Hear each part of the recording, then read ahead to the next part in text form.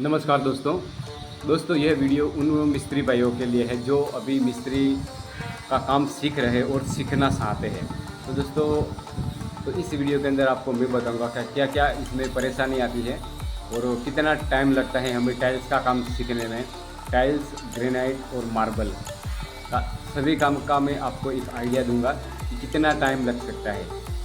तो दोस्तों इस काम के अंदर दोस्तों बात करें तो अगर थोड़ा पढ़ा लिखा आदमी है वो तो जल्दी सीख जाता है, लेकिन थोड़ा कम पढ़ा लिखा आदमी है उसको थोड़ी सी प्रॉब्लम आती है। और बात करें तो सिटी में वो आदमी काम दोस्तों नहीं कर पाएगा और गांव इलाकों में तो काम वो कर पाएगा, लेकिन सिटी के अंदर वो काम नहीं कर पाएगा। तो सबसे पहले हमें क्या पता होना चाहिए टाइल्स का मिस्त्री बनने में। तो दोस्तों हमें सबसे पहले सभी औजारों के नाम आने चाहिए और उसके बाद हमें मेजरमेंट है वो आनी चाहिए, एकदम सही से मेजरमेंट मापना हमें सीखना पड़ेगा। तो दोस्तों इंच में भी और सेंटीमीटर में भी और मिलीमीटर में भी यानी एमएम में भी हमें माप का आइडिया होना चाहिए, तब जाकर हम मिस्त्री बन सकते हैं। तो अगर हमें सीखना भी है तो भी हमें मेजरमेंट का हमें पूरा ध्यान होना चाहिए। तो दोस्तों कितना टाइम लग सकता है मेजरमेंट का पूरा सिस्टम सीखने में। तो दोस्तों अभी मैं आपको बता दूं कि मेजरमेंट का सिर्फ मेजरमेंट की बात करें तो वैसे तो हम किसी भी वीडियो को देखकर तो हमें लगेगा कि ऐसा ही लगेगा कि हाँ कोई बात नहीं, अब मैं समझ गया। लेकिन जब हम काम पर जब हम मेजरमेंट करते हैं, माप लेते हैं मार्बल का या टाइल्स का, तो तब हम वापस से भूल जाते हैं। नई मिस्त्रियों के साथ यही होता है, तो वापस हम भूल जाते हैं। तो कम से कम दोस्तों इसको सीखने में कम से कम अकॉर्डिंग मेरे हिसाब से दोस्तों 6 से 7 महीने लग जाते हैं सिर्फ आपको माप अच्छी तरह से लेने में। और कटिंग का काम दोस्तों सीखने में लगभग मेरे हिसाब से आपको दोस्तों 1 साल भी हो सकती है। अगर आप अच्छे मिस्त्री के पास अगर आप काम सीखोगे, यानी अच्छा मिस्त्री की बात करो तो जो आपको सिखाता हो। कई बार क्या होता है कि मिस्त्री दोस्तों अपने काम में व्यस्त रहते हैं मिस्त्री, और वो आपको काम नहीं सिखाते हैं। तो क्या होता है कि जब आप खुद काम सीखोगे, कोई आपको नहीं सिखाएगा, तो आप सिर्फ ऑब्जर्व करके काम सीखोगे, तो दोस्तों उसमें लॉन्ग टाइम लगता है, लेकिन तब आप बहुत ही एक अच्छे मिस्त्री बन पाओगे।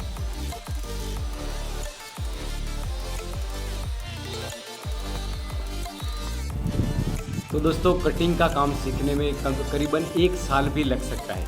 और उसके बाद हम टाइल्स का काम अगर सीखना चाहते हैं लगाना, तो दोस्तों ये सब ऐसा नहीं होता है कि आज हमने टाइल्स का काम सीखा और कल हमने ग्रेनाइट फिटिंग का काम सीखा, ऐसा बिल्कुल नहीं होता है। जिसे काम की लाइन होती है उसी हिसाब से हमें काम सीखने को मिलता है।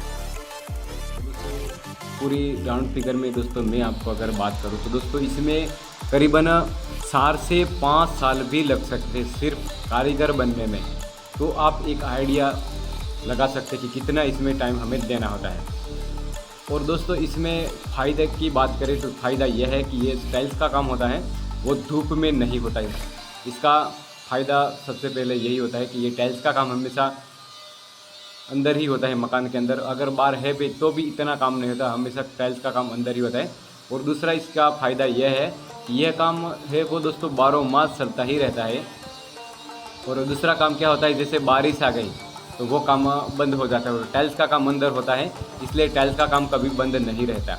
और तीसरा फ़ायदा यह है कि टाइल्स का काम अगर आप सीखोगे तो कई लोग क्या करते हैं, काम तो बहुत सारे होते हैं, लेकिन क्या होता है कि कई काम ऐसे होते हैं फैक्ट्रियों में होते हैं। तो दोस्तों जैसा आपने फैक्ट्री के अंदर काम सीखा, लेकिन वो काम क्या होता है कि ऐसा तो नहीं होता कि वो फैक्ट्री कहीं पर आपको मिल जाएगी, ऐसा नहीं होता। लेकिन अगर आपने टाइल्स का काम अगर एक बार सीख लिया तो आप ऑल इंडिया तो छोड़ो, ऑल वर्ल्ड में आप कहीं भी जाकर आप काम कर सकते हैं। और टाइल्स का काम आपको आसानी से कहीं भी मिल जाएगा।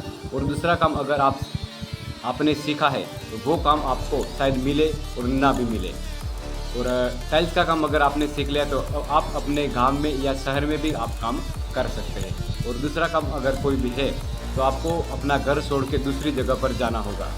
तो दोस्तों ये फ़ायदा टाइल्स का काम सीखने में है। और बाकी भी कई ऐसे फ़ायदे हैं जो दोस्तों मैं धीरे धीरे आपको आगे आने वाले वीडियो में शायद बताने की मैं कोशिश करूँगा।